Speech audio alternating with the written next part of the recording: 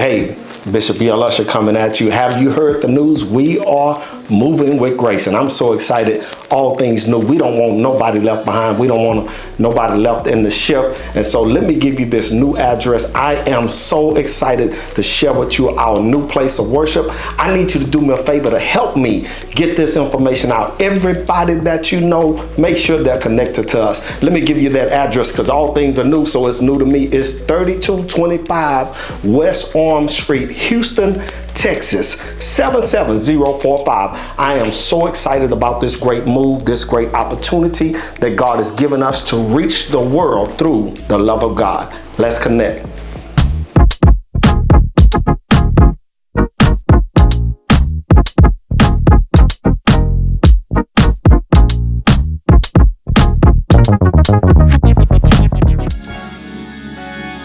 And it is so. And it is so. And it is so. And it is so. That's what that means. And it is so. And it is so. Hey, come on, somebody. I came with expectancy in my heart. And it is so. Oh my God. I feel God in here. I feel his presence. I don't know about you, but I felt his presence. When I got here at the meeting at 9:30, I felt his presence then, and it's just a carryover of his presence. Come on, put a sound in this house. Put your hands together. Come on, not for me, but for the I am that I am, for the King of Kings, for the Lord of Lords. Put a sound in this house. Good morning, family. Good morning, Greater Grace Houston. It's good to see you all. I would just like to take a couple of minutes to say thank you to my spiritual parents, my leaders, Apostle E.L. Usher, Pastor Lady Tawanda Usher. I say thank you for giving me this opportunity. I don't take it lightly. Thank you for my parents for praying, all four y'all. Thank you for praying with me and backing me up. Thank you, Cousin Lisa, for showing up this morning. Listen, like Apostle said, when he told me to get ready, the Lord said Ezekiel 37. So I started to get ready, and that's where we're going to be this morning. So if you'll go to Ezekiel 37, I'm going to be in the NIV. We're going to be at the 1st through the 10th verse. Amen.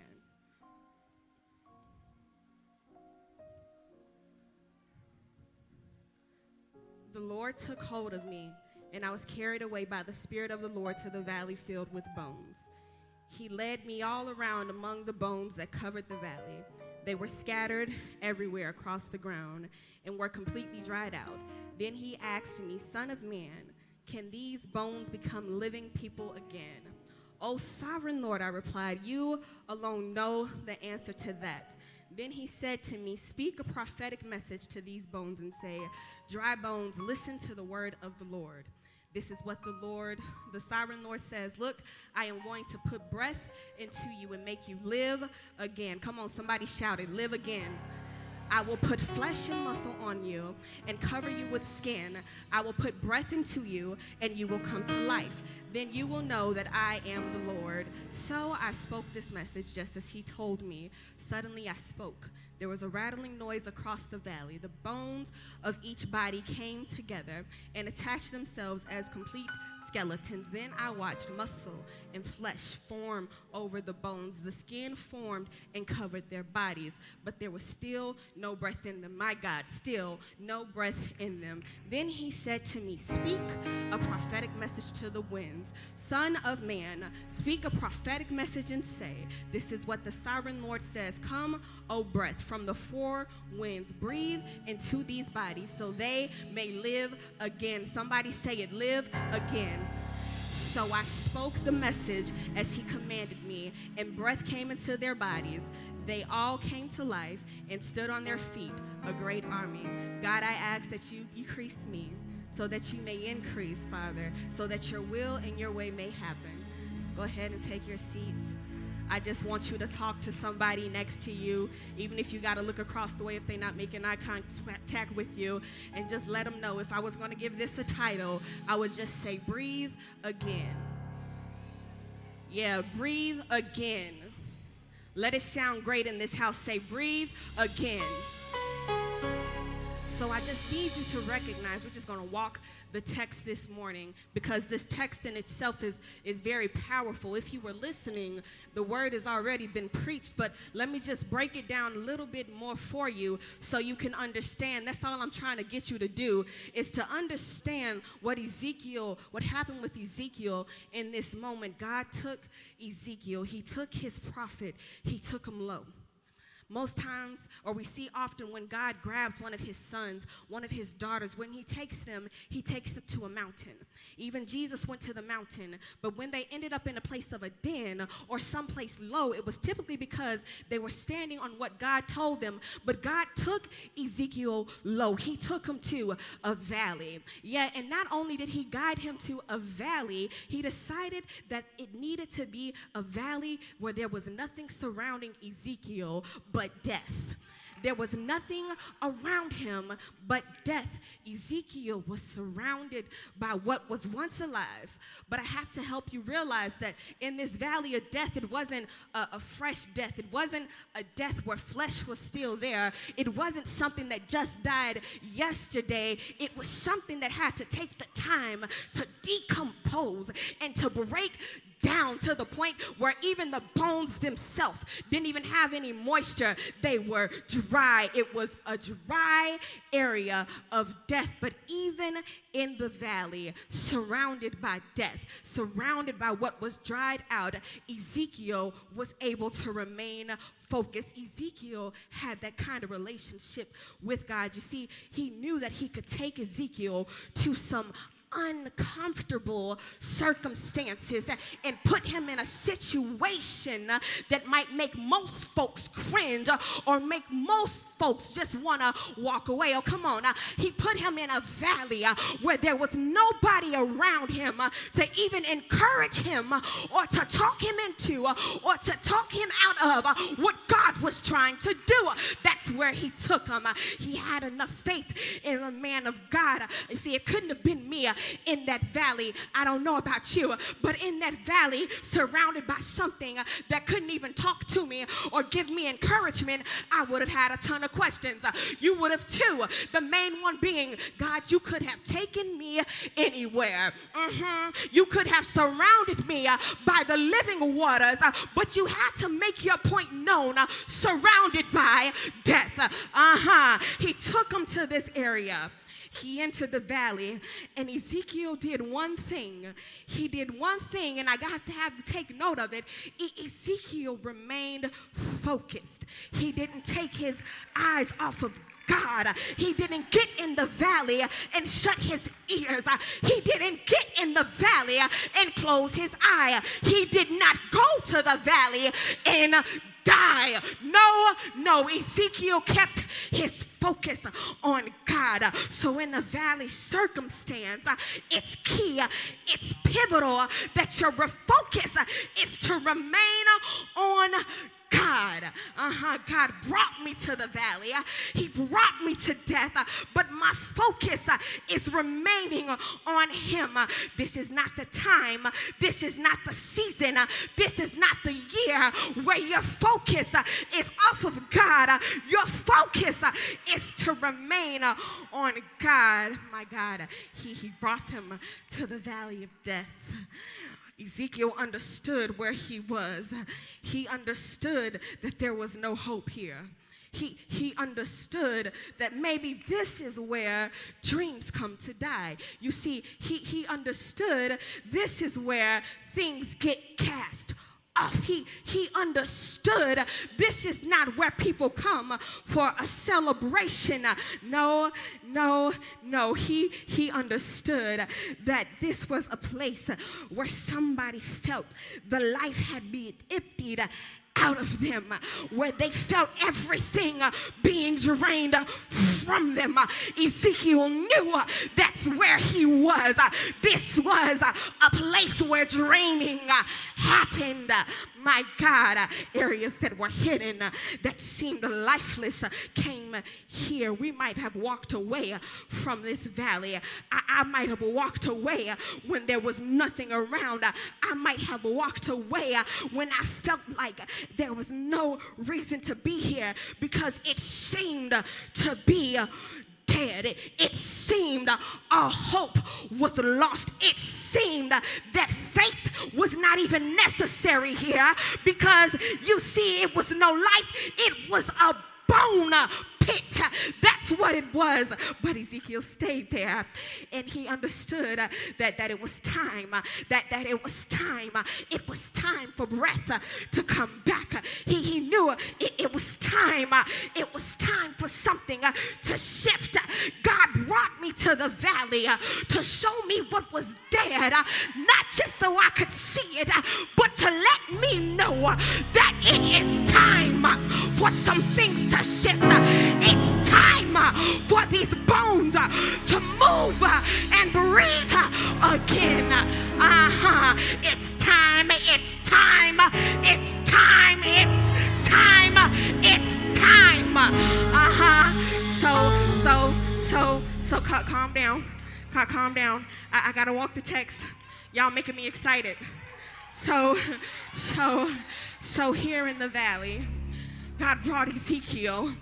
He brought his prophet to this area of death.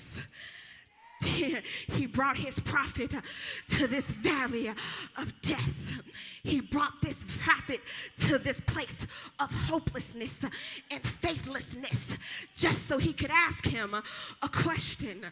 And God, you brought me all the way here just so you can ask me a question. Might have been something I said, but Ezekiel didn't take that approach with God. You see, God brought him here where there were no distractions, and he had to listen to him. He brought him away from what my mama might say. He brought him away from what my daddy might say. He brought him away from what my best friend might say. He brought him to a place of isolation. And so he had to see. He said, God asked him, can these dry bones live again? Can this death-filled situation live again? Can this hopeless situation get itself back together? Now you see, I hope you understand that God knew what he was capable of. It was just a test to see what Ezekiel would say, because the creator of the universe, you know, the one who said, this is water, this is land, sea stop there, land begin here. The one who said, come on dirt, get yourself together and make a man. Oh man, let me knock you out. Just give me one rib so I can form one. And you see, God knew what he was capable of, but he had to ask his prophet, do you believe that these dry bones could live again? And it was Ezekiel's response that caused God to move. You see, Ezekiel knew. Ezekiel had the faith.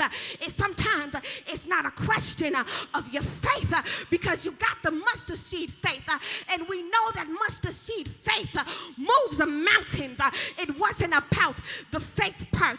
Ezekiel had the faith, but Ezekiel's response was, Father, you alone know the answer to this. It's not that I don't have the faith, but let me tell you what that symbolized.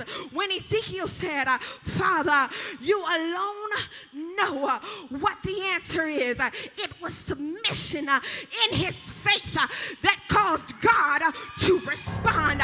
What am I saying? Let me make it as plain as Lay's potato chips. What he was saying was, I have the faith that you can do it, God. I know that you can do it, God, but I'm submitting to your will. Let your will be done. That's what Ezekiel said. Let your will be done. It was that response. It was that response that cause God to move. It's when I say, God, I know you can. Can you imagine? God, I know what I want you to do. I know what I want to see done. I know I want to see you heal. I know I want to see you move. And I know you can do it. And I know you will do it. But God, let your will be done. Let your will be done. Ezekiel responded and he submitted to the will of God, and God reacted immediately. The faith of Ezekiel was backed up for his submission of God's will to be done. And that's what it's going to take for God to respond in this season. Not only, God, I know you will. God, I have the faith that you can do it. But God, let your will be done. That's what it is. Ezekiel responded and God moved. Ezekiel was waiting for his will to be done, and God decided to move. God told Ezekiel exactly what to say, and that's what Ezekiel said, and God moved. But I hope you saw that when God had Ezekiel speak to breathe life back into this dry, dead, desolate, hopeless, faithless, death-filled situation, every bone in the valley made a response. Every bone in the valley got to moving. So it wasn't just one thing that God was doing, but everything that had been cast down in the valley, you see it had to respond. So everything that seems without life, everything that seems hopeless, it looks desolate and death-filled, had to respond to the command of the Lord. So the bones got to moving. Some noise started happening in the valley. It wasn't Ezekiel, you see. It was just him and God. And he saw the bones come back together. And he saw some muscle get added back on. And he saw the flesh get added back on. And he saw the skin come back on. So if you get it, if you got it, then you know that in this valley situation, when God responds this time, when he responds this time, not only is it coming back together, but whatever was lost in the valley has to come back. That's what happened. Whatever was taken in the valley has to come back. It's coming back. It's coming back. It's coming back. It's coming back. It's coming back. I thought I wasn't getting it back, but it's getting ready to come back. So God doesn't just desire for you to get it back and for you to breathe again. He desires to give back to you what was taken away. Ezekiel spoke and God breathed. The dead began to get some life. There was movement. It got noisy in the valley.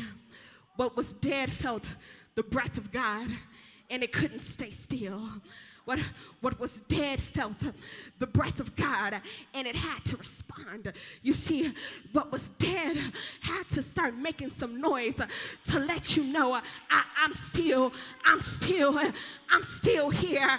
I got some more in me that has to come out. I got something else that has to it's something else attached to me that has to go. So when God moves, when he breathes, when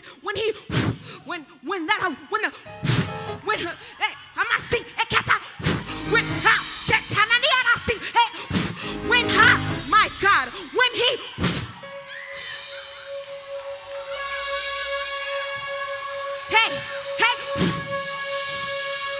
when he breathed, it couldn't stay the same. The bones felt the breath, and they couldn't stay the same. They had to start getting themselves together because they realized that something was coming. They realized a move was getting ready to happen. And this time, when the move happened, this time, when the came, this time, when God, that's when they moved, because they knew that I can't miss out on this season. I can't miss out on what's next. And they moved and they got together and they set up. But it was something wrong with the bones. It was something wrong with what was once a bone, and now it's a body, because it has the flesh and it has the skin and it has the muscle, but it's still something off in this valley. What was wrong in the valley? What was wrong in the valley?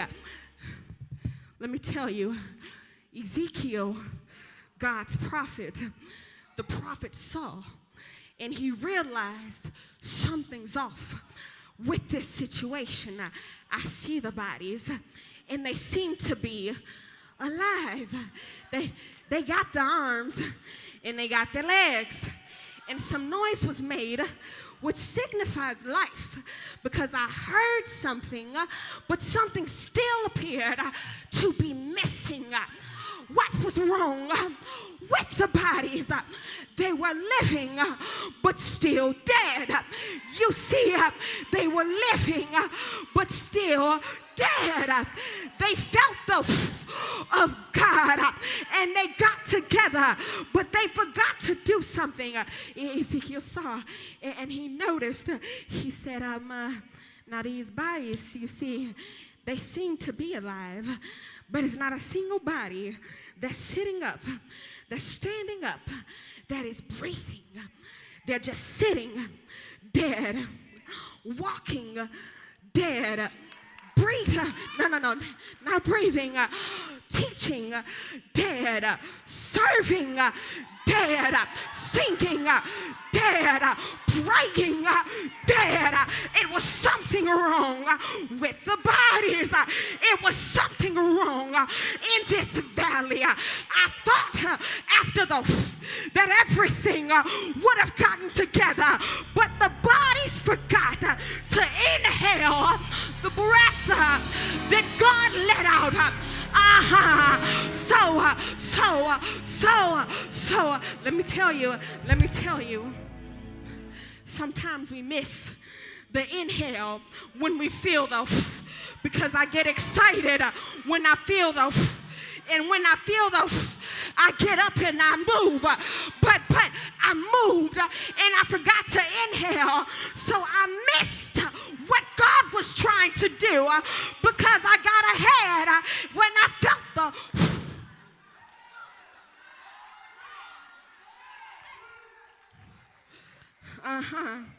Walking around in flesh without the breath of God. Walking around in feelings because I forgot the breath of God. That's why you can't serve for a long time, because you forgot to inhale his breath. That's why you can't stay focused on the task you were given, because you forgot to take in the breath of God. That's why it seems so impossible, because you forgot to inhale when God decided to.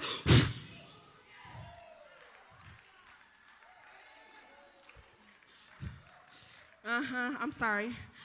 I wasn't talking about y'all. I was talking about the bones, y'all. I was talking about these bodies. I was talking about the bodies who thought they had it all together, because I felt God, but I didn't let him feel me. You felt God, but you didn't let him feel you.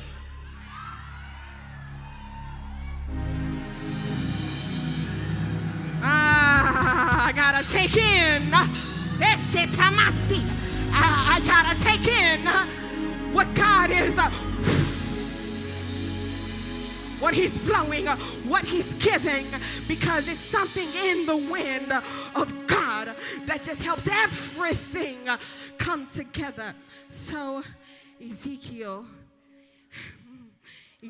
noticed these bones, and you see it takes a wise prophet, a wise man of God, to notice when we're in this situation and things are ready to move, to say, I got the bodies, but y'all not ready because you're not breathing.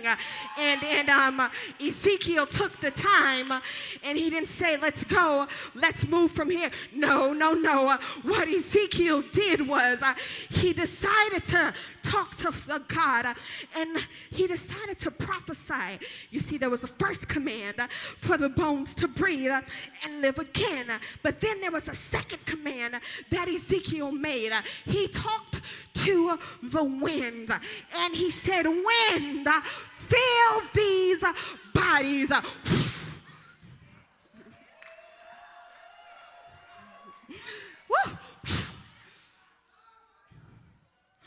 And the bodies were filled with the wind. Let me take a page out of my daddy's book, and let me help you understand. Now, Ezekiel was a Hebrew prophet. And in the Hebrew, the word wind means ruah. I don't know if y'all were paying attention last week when our apostle told us that ruah means the breath of God.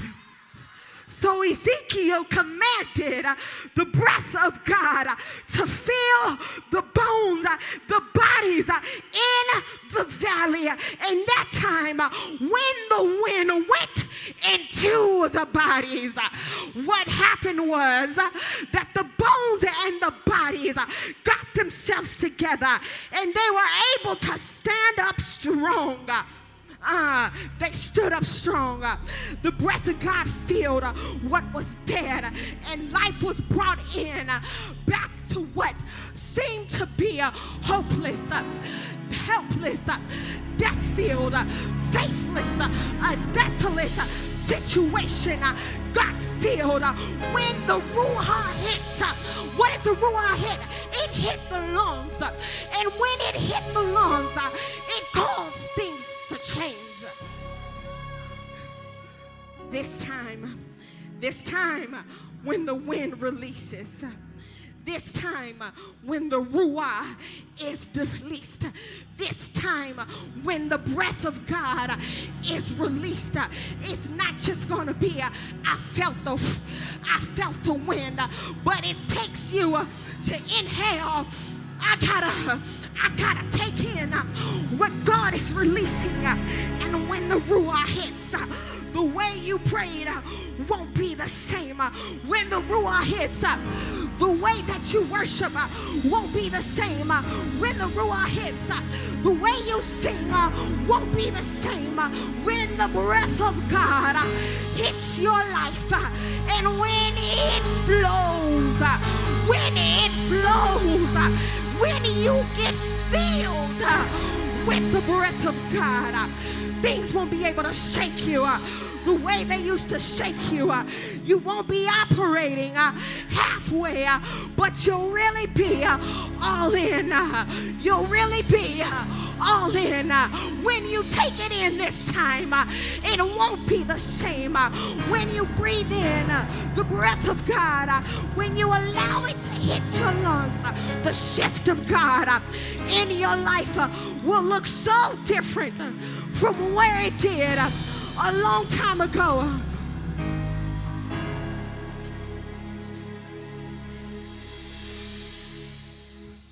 Listen, it's going to be the wind of God that causes this season of your life to change. It's going to be the wind of God that causes your life to look different, and you won't be able to operate the same way that you once operated, because it won't be in your flesh. It'll be in a body but filled with the wind of God. It'll be in your body but filled with the glory of God. When you get filled with his wind, it won't be the same. The wind of God is getting ready to hit this house. The wind of God is getting ready to hit this house.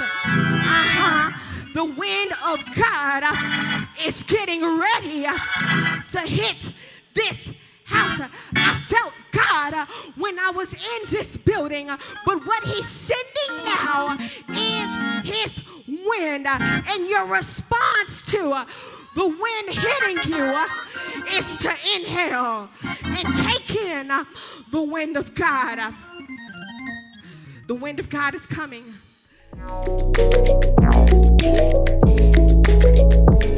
Well, hello, online family. Hey, Bishop E.L. Usher coming at you. Have you heard the news? We are moving with grace, and I'm so excited. All things new. We don't want nobody left behind. We don't want nobody left in the ship. And so let me give you this new address. I am so excited to share with you our new place of worship.